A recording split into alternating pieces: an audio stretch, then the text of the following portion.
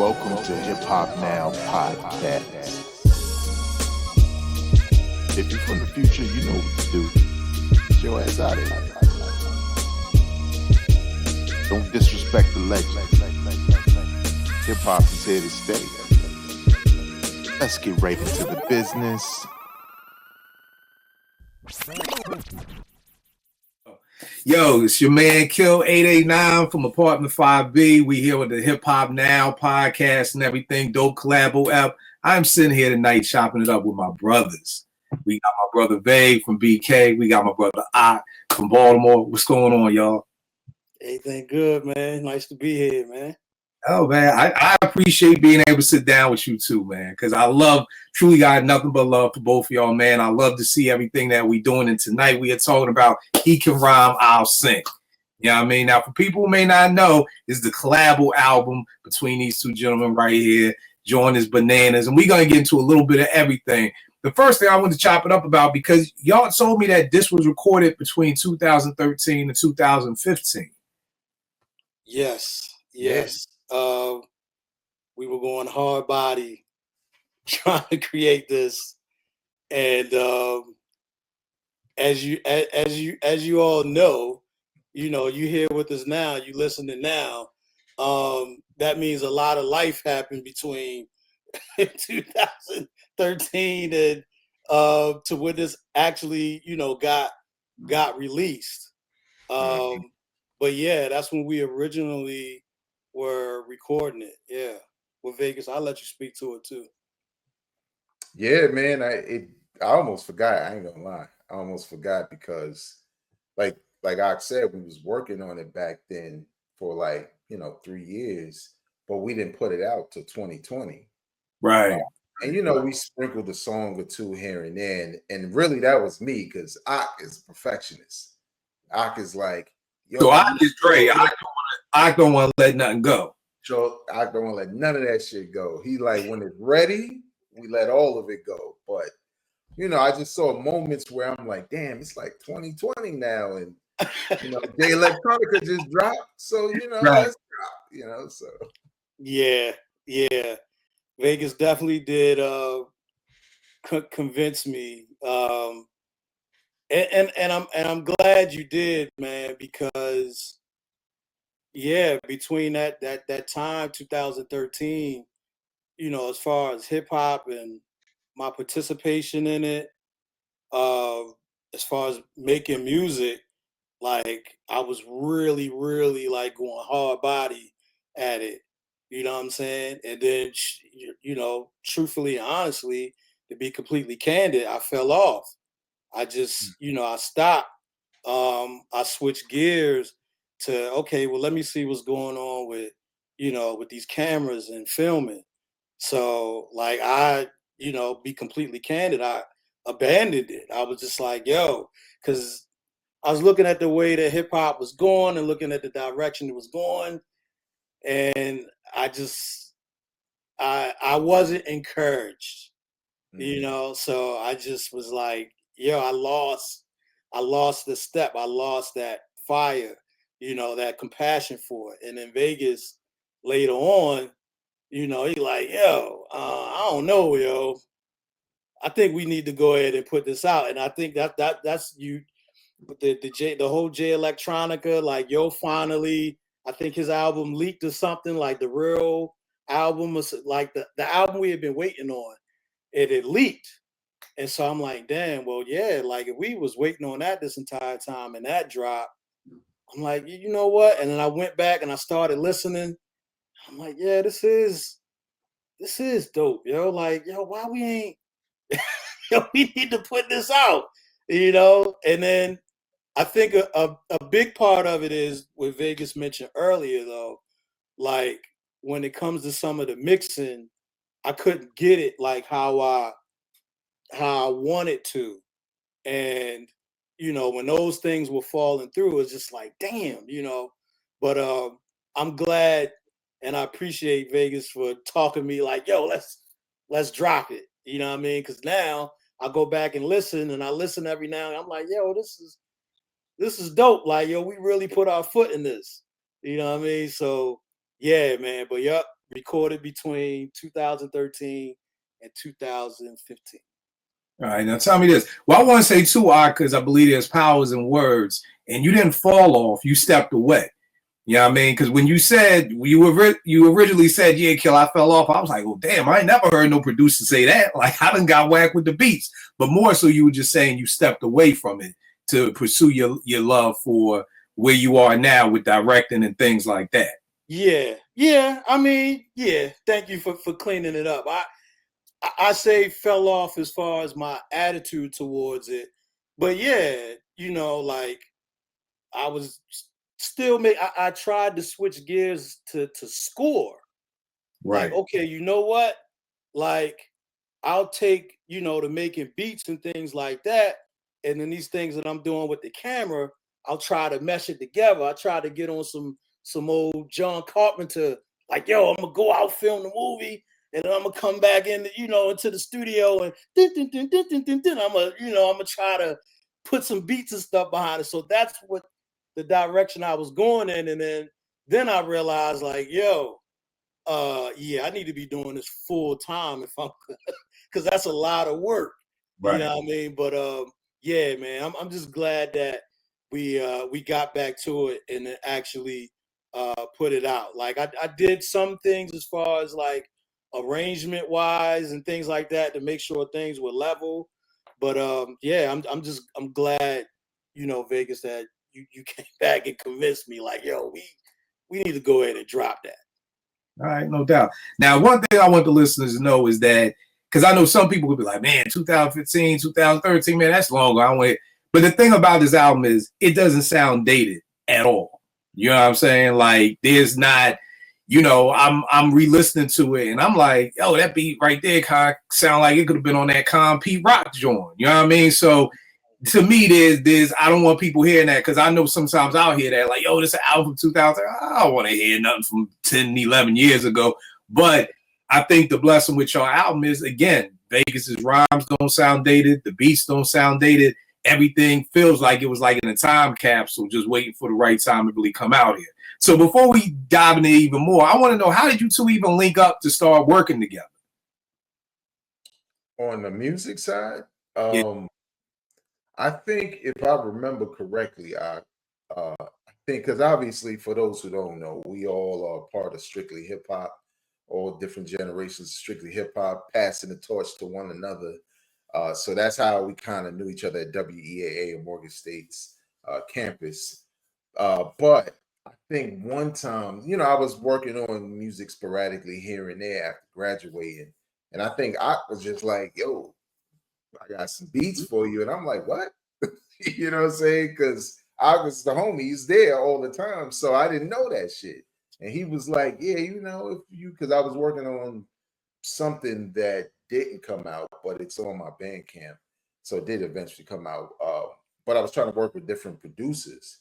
And Ock threw me a couple of beats, and then we did a couple of, loosies here and there. But at some point, we just decided, like, yo, let's make an album. And then we just started, conceptualizing what that was going to be. And what was dope about it, at least in that beginning stage, was I'm always thinking and, concepts and, okay, well, what would it be? And what's that first song that'll set it off so I can start writing other shit? And Ock was kind of doing the same thing. So I'm thinking like, oh, well, I'm cooking up fresh rhymes. He's going to be cooking up fresh beats. This might, we don't know what it is, but we figure it might be something dope until, we started working on it. So. Yeah, just to chime in, for those of you who are tuned in and listening, like, yo, these two dudes, they my mentors. You know what I'm saying? Like, all the hip hop and, you know what I mean? Like, yo, I listened to them and learned from them. And then, they gave me a shot as far as being on the show. And then all of that, just contributed to me as far as being a part of the culture. So you on the show, you talking hip hop. Like, once upon a time, I rhymed, and then I really gravitated towards making beats, because producing and being hands on with the equipment and things like that, like, that was my passion. That's really what I gravitated to. So yeah, a lot of what you're hearing, you listen to this album, is a lot of what I learned. I was taking what I learned and actually applying it. Like, okay, now this is me now, my opportunity to contribute to this culture. All right, this is what I'm gonna do with it. So yeah. All right, that's dope. That's dope. That's dope. Now tell me this: the He Can Rhyme, I'll Sing. I know that's from a Ghostface bar. You know what I mean? So did that come before the album got started? How did that bar even? Because it's not even from a real popular Ghostface song. You know what I mean? So where did the title fit in? With coming up with this for the album. Ock definitely knows because he came up with it. Yeah, so it's like the whole tandem thing. Like, you know, I'm going rhyme. He's the producer. I'm the MC. He's the DJ. Right. So in my twisted brain, I heard that Ghostface rhyme, and I was like, yo, to me, that's saying the same thing. Like, you know what? He gonna rhyme, and I'll sing / make the beat / do whatever needs to be done to put the stuff together for you to be able to listen to it. So Right. that's where that came from. So that's what I was thinking. Where he can rhyme, I'll sing. Now, being that this was started, wow, I mean, almost 11 years ago. You know what I'm saying? During the time, those days, it seemed like people, when I called them like the value mill albums, like, I'm gonna get 2 Just Blaze, give me 2 Swiss Beats, give me 3 Primos, give me 2 Pete Rocks and a Pharrell, and I'm done. Like, you guys are doing kind of what everybody's doing now. You got the Freeway Jake 1, you got the Common and Pete. You have more of that stuff coming now. So it's amazing to me that it's dropping at a time like right when it needs to drop, because that's what's going on right now. But Vay, what made you want to work with Ock and not kind of do what a lot of other people were doing 11 years ago? I get 2 from Kil, 2 from this person, 2 from Black, 3 from Ock. Like, what made y'all want to come together and do like this producer, one MC, one producer situation? I think because I was used to like doing songs with different producers, like that's all I had done for a while. Until me and you, Kil, started working on joints. But before then, I'd make demo after demo, and when I tried to make an official album, it was more so me liking the production from different dudes, and in my head trying to bring their styles together for an album. Um, but I think with Ock, I think because he had given me a variety of beats over time, where I was like, damn, I can't really, like, he didn't have a sound. Right. And I think that's what I liked about it, because it was like, okay, well, if I want to go there, then maybe he can create that sound, versus, kind of retrofitting his sound to every single idea, when maybe that's not what you need for every concept, right? You need a different sound. So for the most part, that's kind of what it was. And I think I was in a creative space where, it was kind of exciting to work on music all the time. I mean, Kil, you already noticed. As soon as I get the feeling, I'm like, yo, you want to do this? Right. So it was one of those. And then, also I trust Ock. So I know if I'm saying this or that, or if he's telling me, yo, you should do this or you should say that, I trust that he hears something I'm not hearing in the moment. Right. You know what I mean? So then once it's recorded, I'm like, yeah, this shit crazy. You're right. I should have said that. So yeah. Yeah. As far as the sound and I guess the not having a sound, and it's interesting because in the background I was developing and working on a sound in the background. So with some of the techniques and some of the things that I was doing as far as making the beats, that's what I was considering my sound, or I guess the approach. But with the album, I had a particular idea for it with this, the dictionary, Webster's calls it pastiche, you know, but in hip hop we call it sampling. You know what I'm saying? But Webster's calls it pastiche. You know, Quentin Tarantino calls it pastiche, or what he does is pastiche, where he's taking these different elements from the movies he's watching and he's incorporating it into what he does. So that's what I was thinking for this particular album. That's what I wanted to do. And you know, I brought the idea to Vegas, like, yo, let's do like some Bomb Squad, you know, some what is that? Sir Jinx, you know, Death Certificate type, where we use these different sounds and different sound bites, but it all correlates with the overall theme of the album. And the overall theme, that he can rhyme, I sing. And when thinking about the theme and what I wanted to do production wise, I just wanted to complement what I heard from Vegas as an MC. Like, you know, I sit back, I listen to Vegas music, I hear like and I would hear like the sense of humor. So I'm like, yo, I really want to lean into that. So like the sense of humor part, but then, you know, like it's hip hop. So yo, I want all the beats to bang. And then during that time of 2013 to 2015, that's when trap music was like at its peak. And so, you know, with me like listening to trap music, traveling to Atlanta, me coming to the consensus and the, you know, the realization, I'm never gonna be no trap producer. It's just not happening. Like, I don't have the rhythm to do that.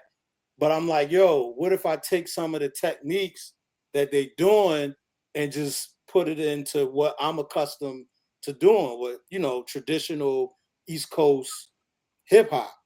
And so I'm like, all right, y'all like 808s? I'm putting 808s in every goddamn track. That's what you like? That's what you want? I'm gonna sneak it in there. I'm getting an 808 in there. And then the crazy part about it is I realized like later down the line, I'm like, yo, well, Pete Rock does that a lot too. You know, so I'm like, all right. So I was actually like doing the right thing. Like I got like confirmed or validated from one of the legends. But at the time, it was like out of kind of like anger. Like, yo, y'all want to hit some 808s? All right. I'm gonna sneak the 808 now. I'm gonna get the 808 in there any, you know, how I can, but with boom bap East Coast, you know, the way that I want to do it. Right. All right. Now tell me this, because Vay, you got the shirt on, Death Certificate. It's your favorite album. And you said that this album was kind of like, you know, paying homage to that album. In what ways did you see that? Like, in which ways did you come into this project? Like, I want to show love to Death Certificate. Did it just happen through the writing? How did you come to that ahead of time, or just throughout the process of recording were you like, yo, I kind of feel it going that way? It's what Ock said. Like what he was trying to do with that Bomb Squad, that searching sound, I was trying to do the same thing with the lyrics. Okay. Right. I was inspired by Ice Cube's like storytelling from the hood. You know what I'm saying? And he also has a kind of sense of humor in the same way as I do when it comes to rhyming. And I could do the storytelling. So I think the first time I felt like I had it so I could do the rest was the opening track, Revival, because that's not just, oh, let me just rhyme or let me just tell a tale from the hood, but I'm kind of telling a tale from the hood and the different things you experience in the hood and how it's regular shit for us. You know, like, you know, today was a good day or whatever, you know, song from Ice Cube you want to pluck out.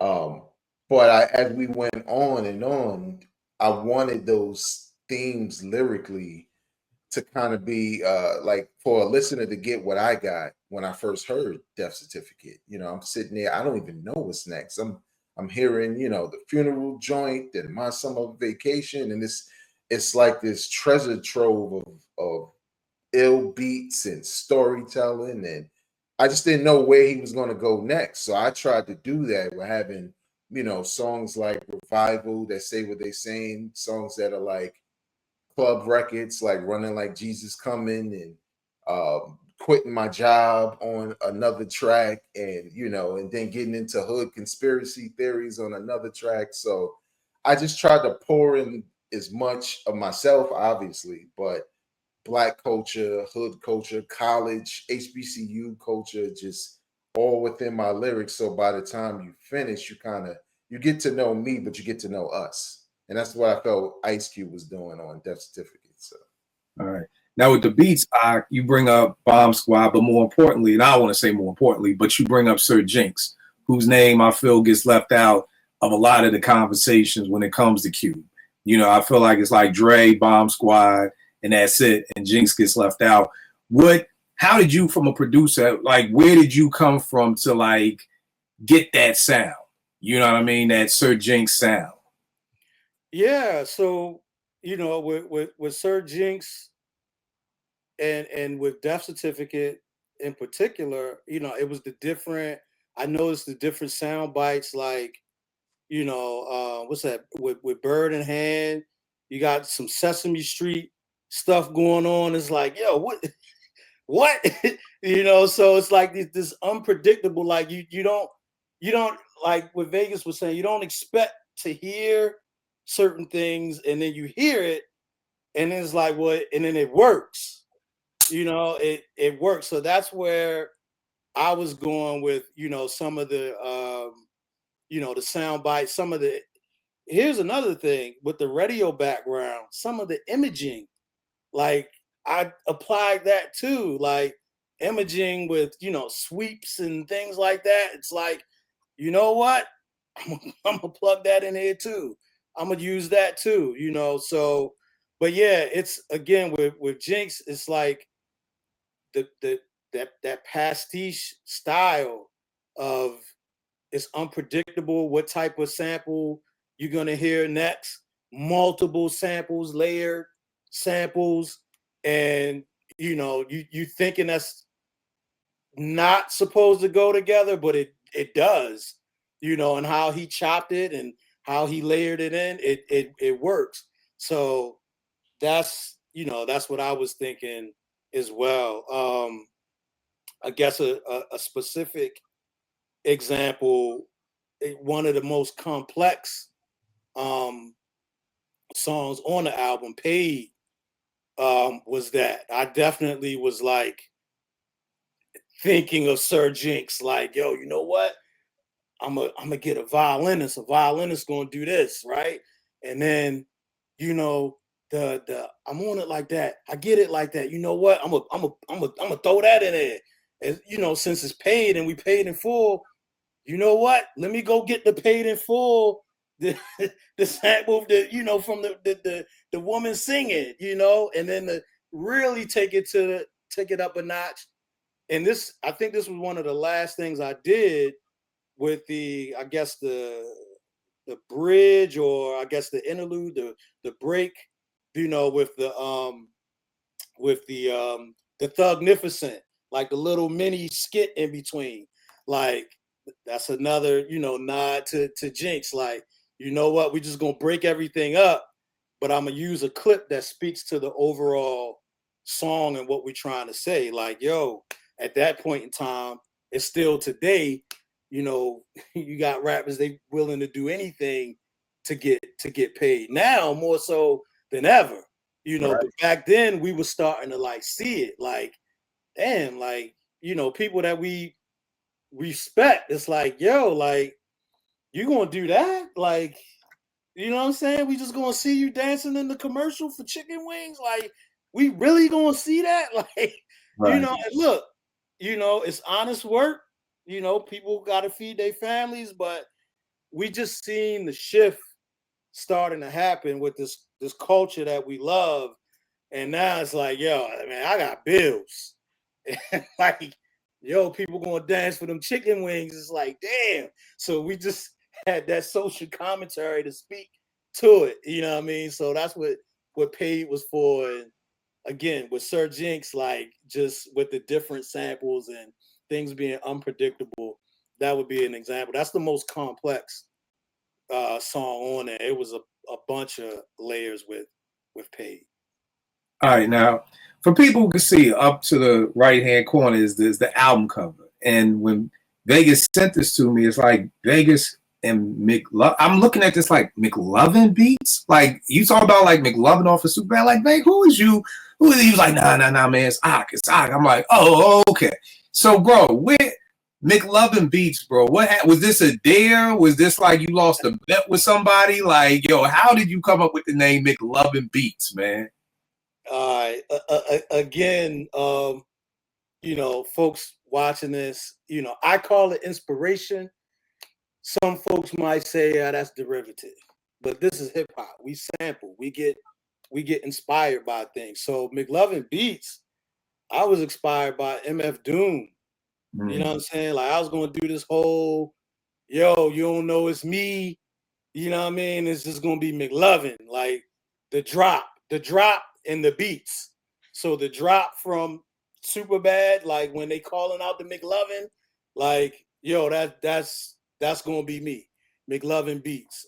At the time when I was, you know, thinking about doing that and saying that's what I'm gonna do, I was producing with some brothers out of Bmore, 3rd Infantry. Shouts out to them, 3rd Infantry, and we would joke about that, like, yo, we should just like, yo, we gonna be like the paper bag producers.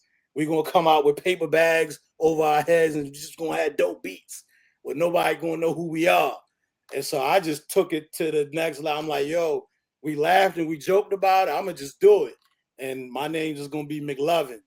McLovin Beatz, the most outrageous, but you know I could use that drop from the movie, you know, in my beats to say McLovin, like, you know what I mean? So that was a part of it. So McLovin Beatz. Now, Veg, for you, when you hear, like, how did that conversation go? Like, bro, like, what do we name this? Is like, oh, yo, he right about saying Vegas and McLovin. Like, what was your first reaction to McLovin Beatz? Yeah, I was gonna go there. So when we would, this all had, well, I found out during the recording. Shout out to Arjun. And we were kind of back and forth between NPR's old building and they had, you know, the new building they have now. And I remember, we're sitting in the new building in like a lounge area, and I just tell me like, "Yo, I'm gonna call myself McLovin," and I'm just looking like, well, why would you do that? Like, Right. I like Ock. Like Ock is that sound like we got some shit. You know what I'm saying? Right. Right. But he explained it to me, and even though, because I could be a little stubborn, I was just kind of thinking like, well, I get it for sure, right? Because it's what Ghostface wanted to do, and it's what MF Doom did do. So I just kind of went with it because at the end of the day, what we were creating was more important than, getting hung up or whatever, and and then he was into it, so I wanted him to stay into it. You know what I'm saying? So it didn't bother me, but at first I was kind of caught off guard, like, what? Like the movie? Right. Which may not be a bad marketing technique, because I think everybody, when you hear McLovin, is gonna take you to Superbad. You know? Right. So tell me this, y'all. Y'all dropped this back in 2020, almost 4 years ago to the time that y'all about to re-release it on DSPs. Why making the decision to make it available, on streaming platforms now? I think back then in 2020, it had a lot to do with the lockdown and pandemic, and then I was seeing people releasing stuff, and it felt like we was getting a lot of good music, and everybody was popping out from Lloyd Banks to other people. So it was like, here we are with this album that periodically, we'll both listen to on a humble, and I'll text out like, yo, this shit crazy. We need to drop that because I've tease things in certain songs and I put a verse over here and stuff like that. But I kind of wanted people to hear what we created as a total package. So now, because it's a little bit easier to get over some of those hurdles that might, that might get flagged for this and that when it comes to uploading your music. And not everybody is willing to go to Bandcamp, especially mine's with the long ass name. So sometimes you got to make it convenient for people where they are, right? Like if I promoted it, you saw it was on Bandcamp, maybe you felt like, I'll check it out, but you never got there. But if you got an iPhone and Apple Music, you know that you can literally just go and look it up and it's right there, or Tidal or whatever you use, Spotify. So I think it was a perfect time to kind of reintroduce it. And we didn't plan this, but I was telling Ak the other day, one of the songs that we released, I don't think it was before 2020. It's called The End. And we made the cover when Donald Trump became president. And we put like a mask over his face, and it was like this kind of evil looking cover to say the end or whatever. And the song wasn't created for that. But ironically, we're releasing this now, and well, it happened again. So it kind of feels like the music is again going back to what Ice Cube would do, where he's not just talking about the hood, but he's talking about society and how you said, Kil, some things don't really change and it doesn't really sound dated because some things still relate. So it kind of felt right to say, well, let me just put all this stuff on all platforms so more people could check it out. So. All right. Now, here's the thing. I love a good soundtrack. And what I mean by that is like something that I can relate to. You know what I mean? A lot of hip hop music that drops now, unless you're out here in the hood, shooting a whole bunch of people, moving packages, up and down 95, you may not be able to relate to it. My favorite song on the album is Swan Song. Just from the perspective of, I think most people, and if you haven't, like my pastor always says, keep on living, it might get there to where you've been at a job and you can't wait to quit. Like, it's just one of those things. Like, I remember when the Chappelle show was out, and he got married to Oprah. He was like, did everybody get the memo? Like, ding, ding, ding, I quit. Like, So Swan Song, where did the inspiration? Because I think the funny thing about this album to me is I have so many questions. Like, is that true? Did that really happen? Did this happen? Like, so with Swan Song, where did the inspiration come from that? Because if we're going back to when it was written in 2013, 14, were you at a job you was pissed off at? What was going on when you cooked that joint up? Kil, we always had jobs we ready to quit. Like that's why it was perfect. Right. You know what it was? Like, I had given me that beat and I thought it was ill. And I kept thinking, like, what could I do with it? But when you hear Bernie Mac in there, so that bit is so funny from when he did it that I felt like, well, this, in some ways, this got to be a humorous song. And obviously, the first thing I thought of, you talking to other MCs, right? Motherfucker this, motherfucker that.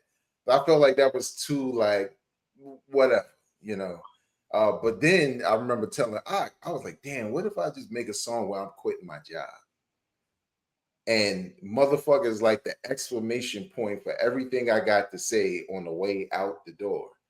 So like everything from, nigga, you want to keep my stapler, or security guard better not touch me and shit. Like, I'm out. Like, I just wanted to evoke that feeling of, like if you won a lottery or you got a new job that was better, in that last day, even if you leave in 2 weeks later, you still feel like, yeah, oh shit. You take that garbage, my nigga, because I won't be here no more. It'll be empty. Like every little thing becomes a big thing. So I kind of wanted to make something that was like straight up comedy, because I felt like I didn't have anything like that on the album, but I could also tell a story and all that good stuff. And I named the security guard after my brother. So. Oh, I didn't know that. That's crazy. Yeah. As soon as he heard it, he was like, hey. Yeah, you nigga, don't touch me. All right, so tell me this, y'all. Ak, what is your favorite song off the album? And I want to look at this from two perspectives, because one thing for people who are watching, who are creatives, I know me being a producer, I love to hear how the beat came together. So what is your favorite song off the album, and how did that beat come together for you? If you can remember. I know we going back 11 years. Like, dog, I know we getting old. But if you can't remember, favorite song, how'd you put that beat together? Yeah, I think my favorite is probably Plenty of Fish. And that's like the like the most laid back track on there, maybe the smoothest. It's between that and the end. But the Plenty of Fish. And I just remember wanting to I remember listening to the collection of songs that we had and thinking, okay, we don't have anything like laid back or kind of smooth. So I need to make something like that. And I believe shout out to Third Infantry once again. They were kind of and hip hop purists, don't kill me in the comments or anything like that. Okay. What you about to say, Ak, man? This was like, me thinking about Jay Dilla, me thinking about him. It's not Jay Dilla. I get it. I know, but this is me thinking about Jay Dilla. What would Jay Dilla do? This was me trying to think about that. So I'm like, okay, I want to make something a little smoother, a little more laid back, but it's got that hop to it. You know what I'm saying? It's got that on the upswing, that hop. So yeah, I remember cutting up the sample, deconstructing it, and the I guess the bridge when Vegas is talking about you left something on the dresser. Like that was like a happy accident. Like I think I hit the keyboard like by mistake and the sample played out and it just went with the beat. I'm like, that works. I'm gonna keep that. I'm just gonna use that as the the bridge to get over to bring the beat back. So yeah, man, that's probably my favorite track. And the thing about it, getting to the sound again, 80 to 90% of the beats, they're all double time. So like instead of the beat being 80 beats per minute, I doubled everything. So it's supposed to be laid back, but with the double time, it's still got kind of a fast, or at least in my mind, trick in my mind, it's still fast. So the metronome is going instead of, and so I remember when making that, I'm like, dang, I did that with the other beats. I'm like, is it even going to work with this? And then I, double timed. I think it's like at 160, 170, one of them. And then I got the metronome going. I'm like, okay, this works. And then had my sample chopped up and just started to, play the rhythm out, and it worked. So that's like my favorite. And this was cooked up on the MPC 2000 XL, right? No, so that was Logic. Oh, okay. So this whole album is Logic? No. A good 70% of it is Logic. Okay. But at one time you were on the MPC, right? Yes. Okay. Yes. Right. And I want to say, so Swan Song was MPC. Okay.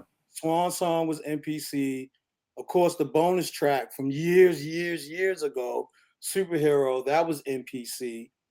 And I believe Revival was MPC, but going into Logic. Like I banged it out with the MPC, but had it synced up with Logic. All right, that's what's up. Veg, what about you? What is your favorite song on the album, and how did the rhyme come together for you? My favorite song is probably Role Model. I'm gonna tell y'all right now, every motherfucking word is true. So you really told this teacher to suck your dick? I did. Yo, I'm listening to the joint. I'm like, what's this bugging, man? What your moms do, man? She didn't know. What do you? Wait, the teacher didn't call home or nothing? Oh well, put it this way, it was reflected in my grade, but you know, sometimes you can make an F look like an A. So I feel you. I feel you. I just was shocked. I'm like, dog, if I tell a teacher to suck my dick, my mom's they finding her somehow, some way. Yeah. He didn't. The crazy part was he didn't like follow through. It was all about his class. Like, don't come to my class no more. So, you know, it was only reflected in my grade, but. And he really tried to rumble you? Yeah. Yeah, he really did. Like, and this is what, junior high, I think? Something like that. And look, just to, like, the rhyme tells the story, but the thing that happened was that, you know, our class was already, like, rowdy all the time. We was taking a test, and I was finished. So when I brought my test up to the desk, he said, I told nobody to come up here, idiot. Oh. And the whole class heard it. And back then, I had a very, very short fuse with shit like that. I would fight more back then than I do, obviously, now. So I said that shit right to his face, like, suck my dick, you faggot. And man, that's when I was like, oh, he's big and strong. Let me run. Because if he catches me, but you know, I was a kid of the ghetto, you know. It was kind of like the only ways we knew how to defend ourselves. And you know, just speaking as an adult, obviously he hurt my feelings. Right. You know what I'm saying? So I lashed out in the only way I knew I could to get him back, and I did. But with the story Role Model, that's the whole thing, right? There's a lot of stuff I did when I was a kid that, you know, I'm not happy about, but it was kind of like, you know, they put Henny in my fucking baby bottle kind of metaphor. And I wanted to play into MC8 and what he was saying, but I also wanted to do the storytelling thing and tell you, you know, me stealing out the bodega as a kid in the first verse, and second verse, me being, you know, a potty mouth in junior high school, and then college, you know, leaving the party, hopping out a cab and not paying and running and all of that, just to say that, you know, nobody's perfect. You know what I'm saying? So I really like how it came together, and I really like the beat. So all right, dope. Now, so it's gonna be available. When is it dropping on all streaming platforms? So it's gonna be released on Black Friday. What is that? November 29th, I think. Okay. Whatever the day after Thanksgiving is. Yeah, the 29th. 29th. So, you know, at midnight, for people to listen. Well, obviously, we're going to promote it. Prior to that, I don't know when this was released, now that I think about it, but we did when we were like holding on to the album, still working on it, and it was taking time, we put out an EP called Testers. And, you know, the whole concept of that, Ak made that crack cover. I did not do that yet. He made that crack in the air mystified. Hey, hold on. But then you gave me the idea for the LeBron note. You didn't give me that idea? I did. I just didn't think that shit existed. With crack just in like, the no, air. I told you, make it look like LeBron James with the powder, but make it crack. But I really don't think you could do that. And I found a way to do it. Yeah, that's true. But yeah, we kind of wanted to like put something out that was like a preview to the album, and it contained, I think, like 2 songs that was on the album, Pipe Bomb and Paid.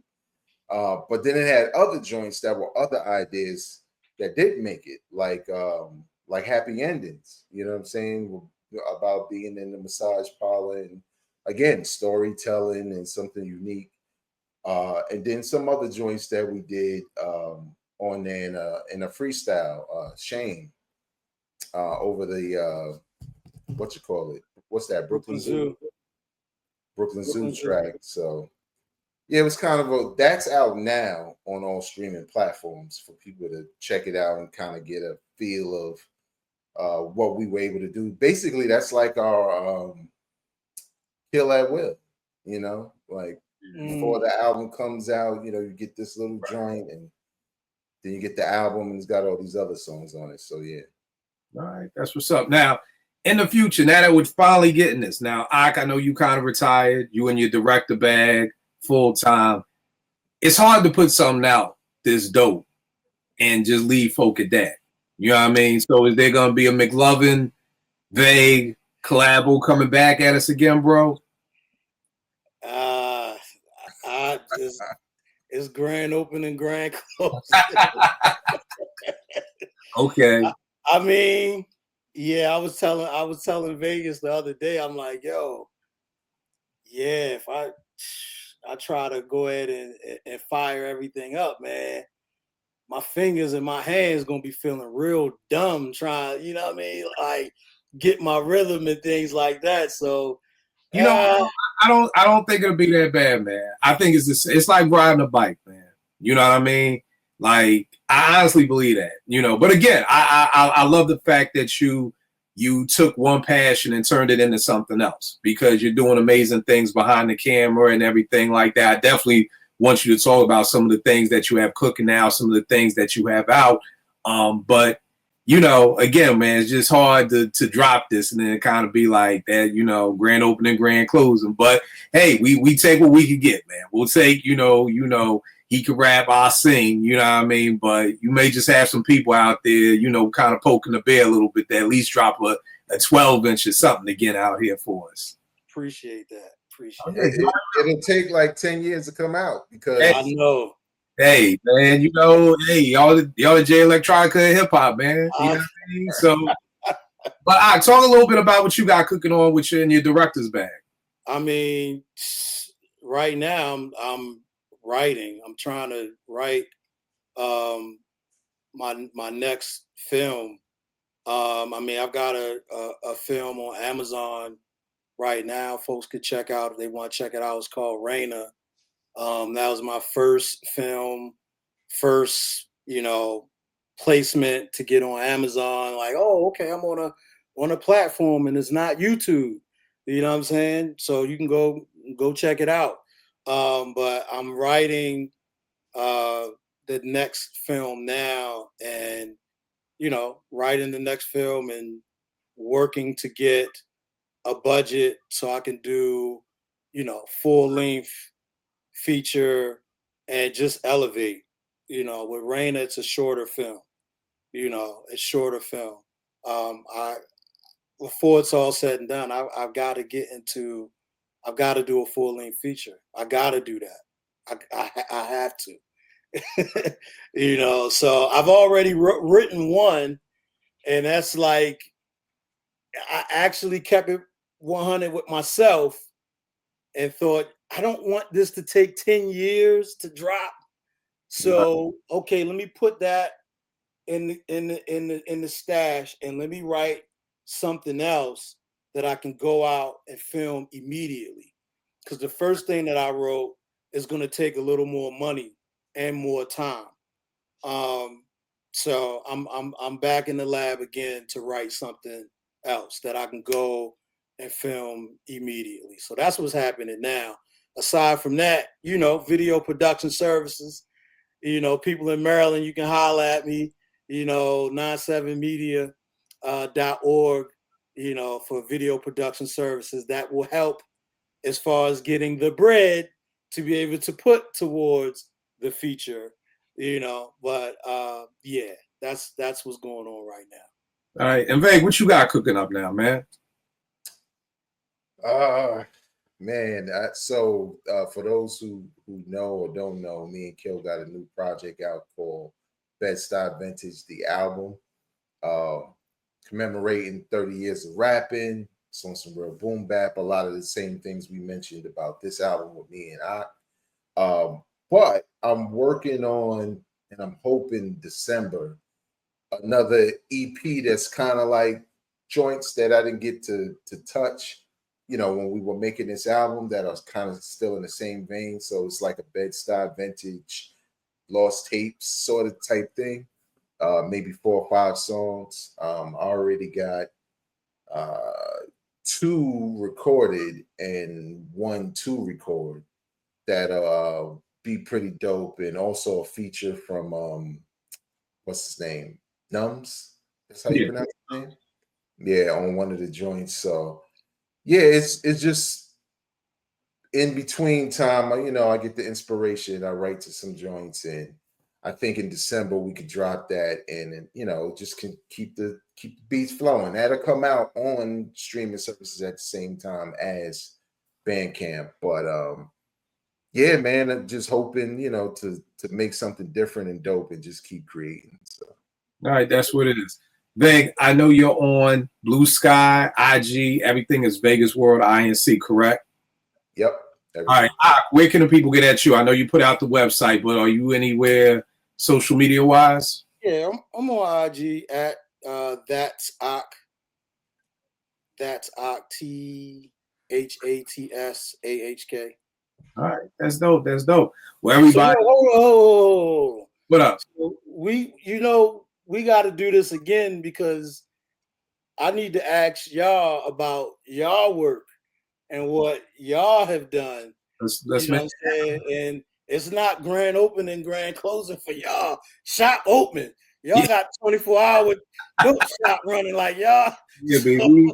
Our corner is humming 24/7, bro. Yeah. Like 2010.